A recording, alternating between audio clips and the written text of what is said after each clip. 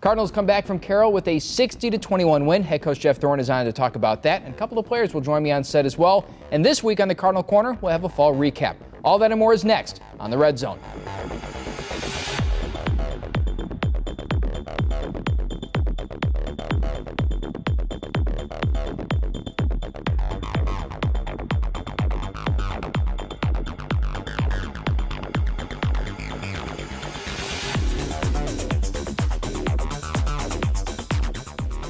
Presenting sponsor of the Red Zone is Athletico, the preferred provider of physical therapy and athletic training for North Central College. Welcome into the Red Zone and a big win up at Carroll, 60-21. And Coach, what was your thoughts coming out of that win? 60 points. What did you like most about that performance? Pretty efficient offensively. We threw the ball. I think we were 14 out of 16 throwing it, and offensive line, again, did a terrific job getting the running game going. We did give up one sack, which was disappointing, but very, very pleased. Defensively, we played great. Our first unit was outstanding. They got a couple scores there late in the game. So just overall, very good performance all the way around. It's nice when you can go back and take a look at a game and say, we gave up one sack. Oh, man, you know. But that's the kind of performance this was. Let's start with the receiving core, and one of the guys that's going to be on the show, Michael Sfikas. It's the third straight week that we could say that he's had his best week as a Cardinal. 2 touchdowns, continues to impress. How much are you enjoying just watching this performance? A ton, because for a couple reasons. Number one, anytime you got a player who makes that kind of progress as a junior, you're really proud of what they've been able to do developmentally in your program. Second part of it is I've known the family since we moved into the area, and to watch his development, kind of keep an eye on him in high school, and now watching what he's doing for us here at North Central. It's really been a lot of fun to watch and share with his parents too. And then a couple of young guys, development just in the first year. Josh Ruiz and Jake Beasley had big games in this one. What do they have to do to make sure that they have consistent success? It's just the maturation process. They've got to continue to learn the offense. There's so many subtle techniques to being a great receiver that as a freshman, it's hard to have it all. So there's some things in terms of polish that they will continue to improve with as this season progresses, but really getting a spring under their belt next spring and a sophomore season. The sky's the limit for this group of freshman receivers. They're really, really talented, and they're all working so hard. They get along great. They're great kids. They've really been a pleasure to coach. I saw Peter Sorensen was at practice. Was that kind of cool to have him walking around? Always, to bring back one of the greatest that we've ever had at the position, to drop some wisdom on those young guys. He held court with them for a little while during practice, and then stayed with them after practice to work with them. And that's indicative of the former players we've had over the years. They want to come back and give back. So it was a lot of fun to see Pete yesterday. Running game, Zane Ladico and Austin Brunig, over 100 yards, 2 touchdowns. Seems like this is a total 180 from 2016. As we approach the end of the season, how happy are you with the running game? Really, really happy. Our linemen up front have done such an awesome job. Taking a challenging year last year. They were challenged, and it wasn't what our running game has typically looked like. If you look at the run of success we've had offensively, we found other ways last year. They did a great job in pass protection last year for Brock, but we really want to run the football. And they really took the challenge, worked very, very hard in the offseason to get stronger, more athletic. And Coach Whalen's done a heck of a job too. He really has. So it's been a lot of fun to watch that develop, and it's important to the success of our program, not just offensively, but as an overall program. You have to have a mindset that you're going to run the football, in my opinion. I want to talk about the tight ends, kind of the extension of the offensive line as well. Alex Rose and Tyler Egan, we haven't really talked much about them, but I know that they're out there making an impact. Alex Rose coming back to the program after a year away was really huge. Physical presence, he's tough, he's tough-minded, he's physically tough. He's been just such a breath of fresh air at that position. The things he's very multiple in the things that he's able to do. Tyler Egan going from quarterback to tight end, another guy that worked his tail off in the offseason. He's done a great job, and we've got a freshman, a young guy that's really getting it. He's starting to figure it out, Brighton Haverland, 6'5", and very athletic. It's going to be a lot of fun to see how he develops too. Let's go to the defensive side. 7 sacks in this game against Carroll. It has to be an encouraging sign to continue to see the sack totals start to pile up. You know, a lot of that starts in the secondary. You know, when you're able to cover people, those sacks, the quarterback's got to hold the ball just a little bit longer. Our linebackers have done a good job too. We've brought a little bit more pressure here the last couple of weeks, and you've seen the result. I think 15 sacks in the last 2 weeks. So exactly what we were hoping would be the result. Now we got to make sure we continue to do that against Carthage this week, Elmhurst the final week. But this is going to be a big challenge this week. Carthage is a dynamite football team. They're extremely well coached. They're really, really athletic across the board. It'll be a lot of fun on Saturday. And then Hunter LeDuc, this is the last guy I want to talk about in this first segment, has a chance to see the field, and it looks like he's flying around pretty well. You know, Hunter's calling card is his speed, and he can run. And getting, I think I alluded to this last week or the week before, getting speed on the field. Hunter's doing a terrific job at that position. Battled injuries early in the season. Last couple years through camp, he's had hamstring issues, so it took him a while before he was 100% healthy this year, and now we're starting to see that. That's fun to watch. We'll go back, we'll check the tape, and then we'll move forward to the Carthage game, but we'll take a break first. Check the Tape is on its way on the Red Zone.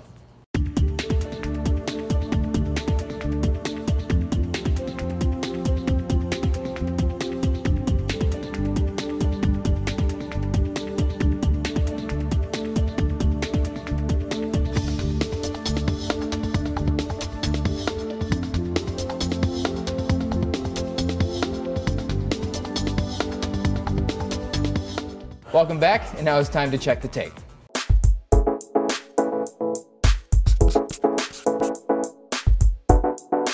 This Red Zone segment is sponsored by M&M Rentals. First play I want to get to, defensive line, and Josh Leonard kind of initiated this play, and Matt Taylor, of course, it's always fun to watch him, and he finishes it off. Great job by Josh getting upfield and getting to the upfield shoulder of the quarterback. He has to step up. And Matt, again, just taking his offensive lineman and putting him on roller skates right on the quarterback's toes, and then he comes off and makes the sack. So 2 guys doing a great job. You've got guys on the other side of the ball doing a nice job. You see Ben there. Pressuring the quarterback is what we're accustomed to seeing. It's really been nice these last 2 weeks to see that resurface. How about Matt just reaching out with one arm? That's kind of displays the strength that he has, doesn't it? He's arguably the strongest player we've had in program history. I mean, he really is really, really strong. That's got to say loves something. The weight room. He loves the weight room. Second play, another strong guy, but probably faster than he is strong. Austin Brunig, I mean, he just hits a 7th gear here.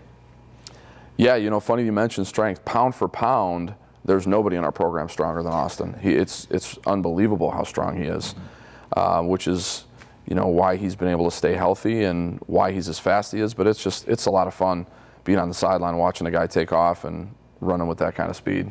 Hey, Alex Rose almost kept up with him. Alex Rose was on his horse as well. Great hustle trying to make that last touchdown block. Talking about speed, and this was a well-designed play, a blitz called, and here comes Tommy Soro. Oftentimes we highlight DJ for coming in off the edge with that burst, and Tommy showing that he's got the same attribute. Yeah, a year ago between Tommy and DJ, I think they had something like 17, 18 sacks. So seeing the 2 of them getting going here a little bit is exciting because we're going to need that going forward. Tommy's such a fun player to watch. Just he plays so cerebrally, and then he also has that speed to capitalize as well. He's just got to be a special player in your mind. Absolutely. There's a reason why he was a preseason All-American. He's a 4-year starter.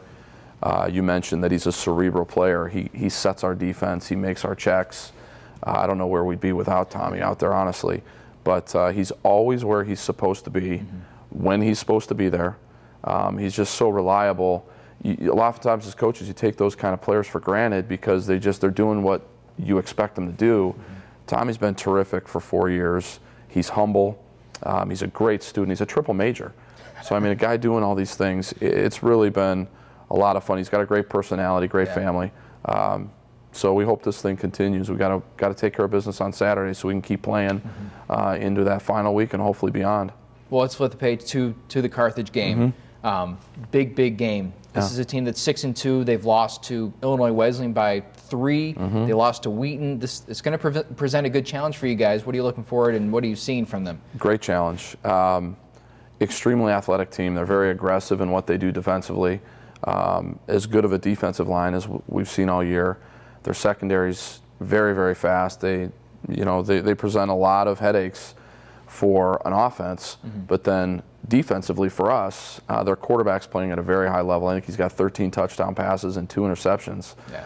So he's efficient, he's taking care of the football, and they've got some explosive receivers, and their calling card is a power running game. So we really have our hands full on both sides of the ball. Their coach, Mike Yeager's done a terrific job with that program, taking them from where they were just a few years ago to really, in my opinion, one of the top 25 teams in the country. They're not ranked right now. I think they should be. But, yeah, to say it's a big challenge would be an understatement. Yeah. Looking forward to it. Should be a great game. Sure. Let's get you out of here on this. Your favorite or go-to pregame meal before a Saturday matinee? I'm not picky, whatever they're serving. But generally speaking, we, 1 o'clock games, we have brunch. So, scrambled eggs and throw a couple of pieces of French toast on there and some hash browns, and I'm happy. Coach, thanks for swinging by, and good luck against Carthage. Thanks, Kevin. Coming up next, we'll have a couple of guys joining me on set. We'll be back on the Red Zone. What if you could invest in the future? The future of kids, like a stock. Not the kind of stock that's about making money, but a stock for social change. A whole new kind of investment called Better Futures. When you invest, it helps kids go to college. Believe in us, invest in us, watch us grow. My name is Sydney, and I'm your dividend.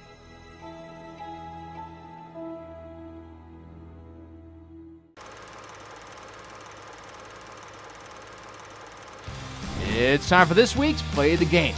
Let's turn our attention to one of the big boys on the North Central defensive line, Matt Taylor. The dude is strong, and he's showing it. With one hand, he snares the Carroll quarterback and drags him down. Cardinals pile up 7 sacks on the afternoon, in large part because of Taylor's effort. And that's why he gets the Red Zone's Play the Game. Back into the Red Zone, and Michael Sfikas, Ben Wiley joining me on the show. And welcome, guys. First time on the program, and you're coming off a big win. Michael, go to you first. 60-21. Anytime an offense hangs up 60 points, it's going to be a good day at the end of the day. What were the feelings like when you walked away from that field?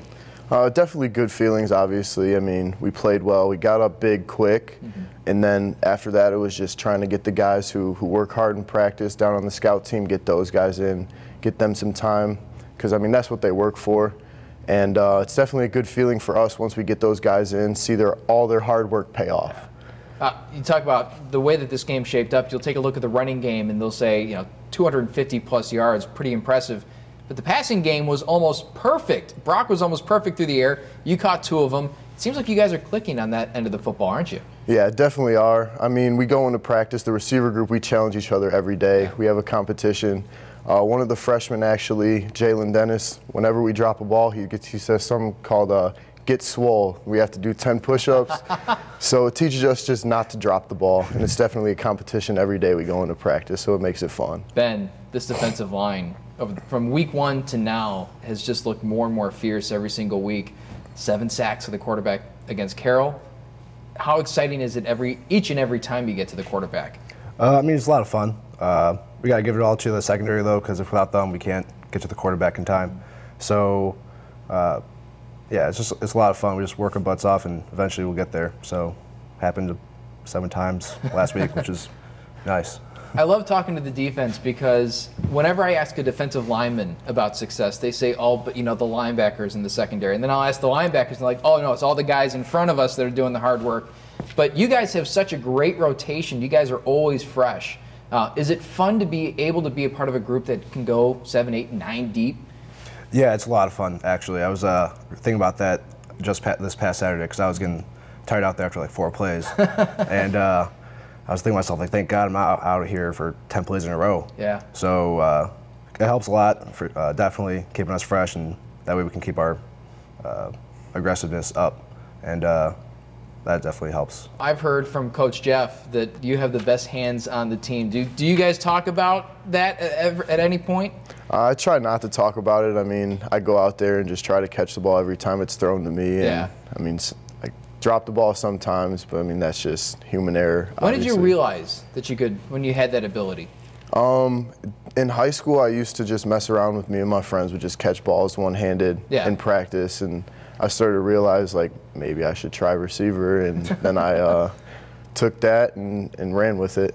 And did the gloves help? The gloves definitely help, yeah. The gloves are, they help it stick, and can't complain about gloves. If I didn't have them, it might be a little bit harder. Defensively, let's go back to that side of the football. You know you have a tough test coming up against Carthage. They're going to be running the football right at you guys. Do you embrace that challenge as you go into a game like this? Oh, yeah, definitely. Especially with the run game. We have a lot of fun with that. We like playing physical. So it should be a really fun game with their power, because that's what they like to do. And they're really good at it, too, so it'll be a good challenge. This is senior day, so I'm sure emotions are going to be a little bit higher. You've experienced some of these senior days, and now you're going to be, you know, on the other end of the festivities. What are you looking forward to the most? Just playing one last time, one last guaranteed time at home. Yeah. Oh, of course, you guys hope that's not the case. Yeah. You guys ready for the quick hits? We'll get you out of here on this. Ben, we'll go to you first. Pre-game meal. What do you usually chomp down on before a game? Just depends on the time of the game. But so if it's a 1 o'clock game, I'll just have a regular breakfast, and then I always have to have some cookies and a brownie. What kind of cookies? Sugar cookies. Nice. Those are usually a pretty safe bet in Kaufman. Yeah, they're the best cookies. Mike? For me, usually I don't eat a lot, but I'll go down to the tailgate. My mom will make me some eggs, some sausage, and then just hang out until the game. Yeah. And sometimes I'll sneak a couple Doritos in there just in case. Mike, we'll go to you for this one first. Your favorite scary movie? I don't watch a lot of scary movies, but one I would have to say would be the Paranormal Activity sequence or series. And what in particular do you like about that? I'm not huge into like ghosts and everything, so when that stuff starts going on, it really gets me going. It scares me pretty bad. So those are ones that I like to watch. I feel the same way. Ben? Yeah, I don't really watch scary movies either. But we watched The Exorcist on the way back from one of our games, the original one, and it was pretty awesome. Probably little sleep was had on that bus on the way back, probably. Yeah, it was wild. It was fun. Last question, sticking with the Halloween theme. We just had Halloween. Best costume you saw this weekend, Ben? I gotta give that to Dane. He was a lion. Just had a onesie lion suit. It was awesome. Can we get a photo of this? This is awesome. Mike? One that I saw, I didn't see it in person, but it was on Twitter. It was LeBron actually dressed up as the It character. Yeah! And just seeing a 6'8", 250-pound man dressed up as It is pretty scary. So I got to give him props for doing that one. It looked like it was professionally done. Like he was ready to just jump into the movie. Yep. I don't know if you guys saw this, but somebody dressed up as the spinning hot dog from the Snapchat filter. Did you guys see that? No, I did not see that one. That was by far the best one I was able to see. Guys, good luck against Carthage. Thanks for swinging by. We appreciate it, and have fun on Senior Day. Thank you. Thank you. Coming up next, we'll go to the Cardinal Corner. We'll be right back on the Red Zone.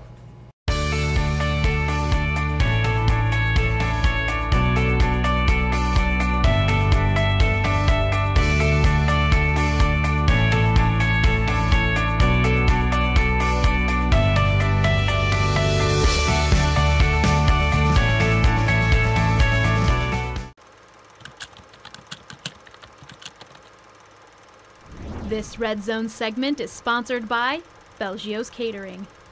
With the exception of a few loose ends in football and cross country, the rest of the North Central Fall sports teams have wrapped up their season, so let's take a quick look at how they fared.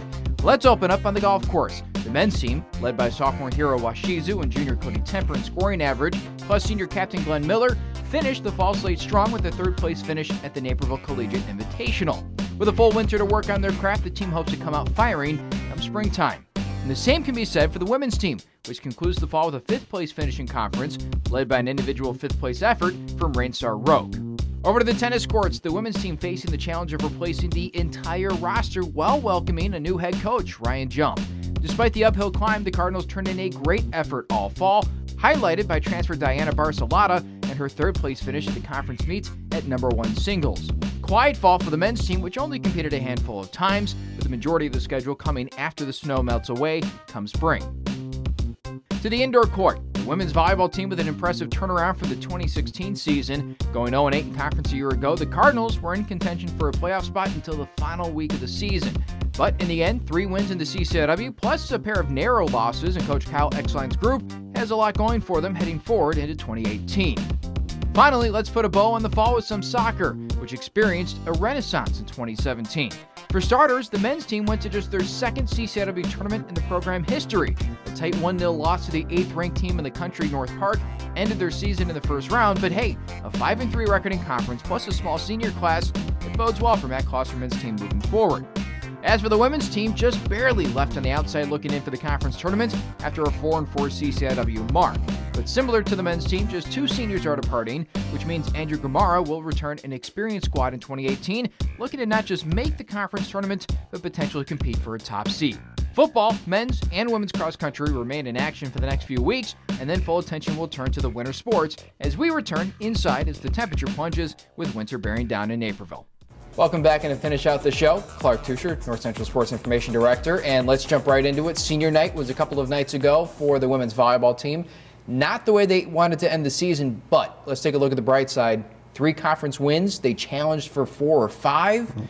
It's a big step taken in 2017. Yeah, for a team that didn't even go to a 5th set in any conference match a year ago. Certainly remarkable improvement, and it was the same players pretty much across the board, and this was one of the larger senior groups that we've had in just about any sport, and a very close-knit group. It was obviously an emotional evening for them, but they should definitely be proud of what they were able to accomplish, going out as seniors and being able to, right up until last week, they were in contention to get into the conference tournament. So, you would like to have it end on a better note for them, but certainly a lot to be proud of there.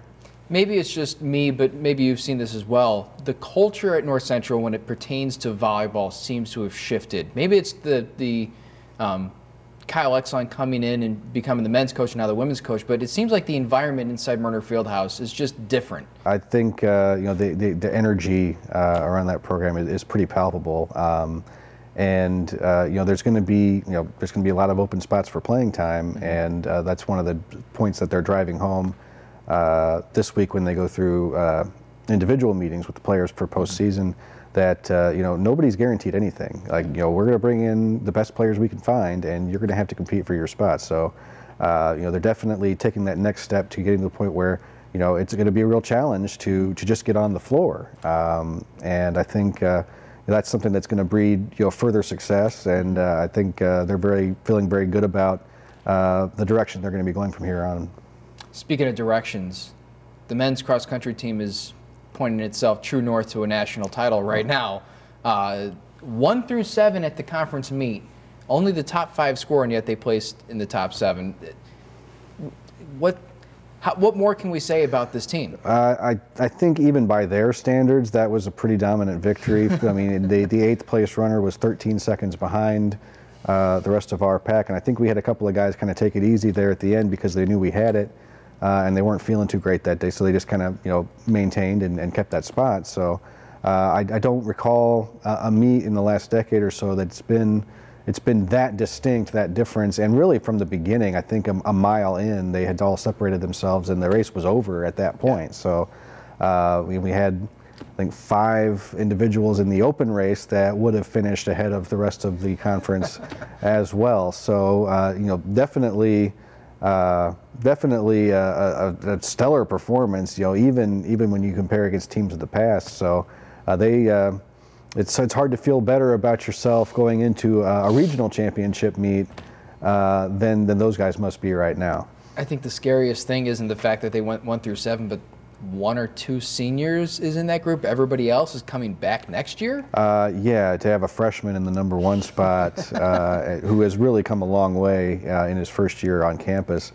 And you've got 2 probably legitimate contenders to win an individual national championship, which we haven't had in quite some time, even with all the team victories. So, and neither of those guys are seniors, so it's kind of an embarrassment of riches type of situation. So definitely we're excited to see what they're going to be able to do the next time they get on the course. Women's team performed pretty well.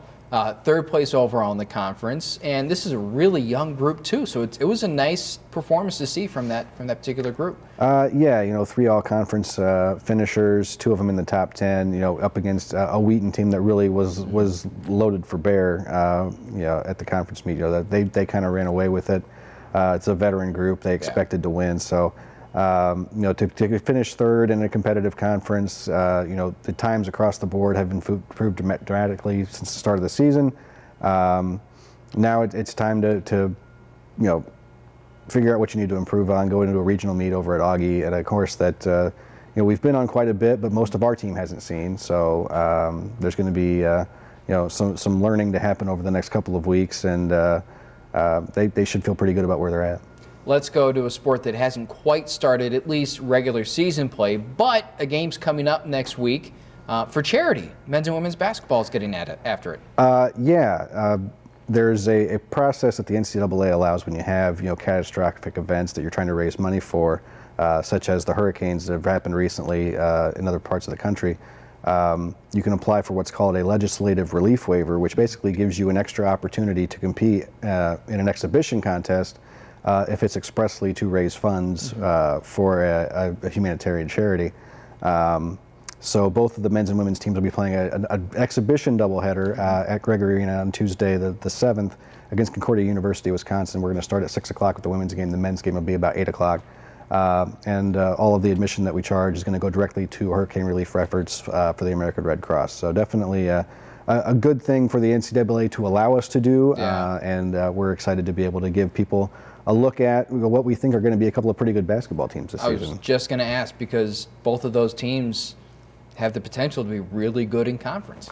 I think we're really excited for what both of them are going to do. Certainly the men are coming off an outstanding season, but we think the women's program is poised for some big things as well. So this will give people a chance to see that a couple of weeks earlier than they initially might have been able to. We'll get a chance to see wrestling in a few weeks. We'll actually carry them live on November 15th, but their season's getting going sooner rather than later. What do they bring to the table in 2017? A much deeper roster. The individual national rankings came out for the preseason this week, and we had 5 individuals who were they weren't in the top 10, but they were in the what they call the contenders, kind of the honorable mention section of that. So that's definitely more than we've had in any of the previous last 3 or 4 years. We've never had more than 2 or 3 guys in that at one time. So we appear to have a more balanced lineup. We're probably a little more proficient in the upper weights than we've been lately. They'll have to prove that in competition, obviously, but they're going to get a chance Thursday night against McMurray, which is a late ad. It's a little earlier than we thought, but it's about the earliest that they can get started, and they're definitely eager to get that going. Joe Norton's just ready to go. Always, he's another guy. He's another high energy guy, and he wrestles with his guys pretty regularly to get them ready for competition. And he's a guy that they don't really like lining up across from very much. He's an intense guy. Oh, I'm sure. We'll get you out of here on this. Speaking of intense, your favorite scary movie? Well, we watch a lot of scary movies around Halloween. It's kind of our thing. And I don't know about favorite, but the one most recently that I was kind of freaked out by was this movie that came out a few years ago called The Crazies. It's kind of a town that gets, it's basically a government conspiracy gone wrong, and there's some sort of contaminant that's turning people into zombies, and the government just blows up the town to cover it all up, and these few people get out, and it was kind of horrifying because you're thinking about the whole government conspiracy angle of it, that could totally happen. So that was the most recent one that really kind of freaked me out, just for different reasons than what a normal horror movie would, but it was pretty scary. I would say I'll go check it out, but I'm not sure if I want to. Yeah, it's a wild one. Clark, thanks for stopping by. We'll see you next week. You got it. That'll do it for the Red Zone. Senior Day is on tap for the Cardinal football team. Carthage visits Benedetti Worley Stadium. Pregame starts at 12:45. The kickoff at 1 o'clock on NCTV 17. I'm Kevin Jackman. Thanks so much for tuning in to the Red Zone.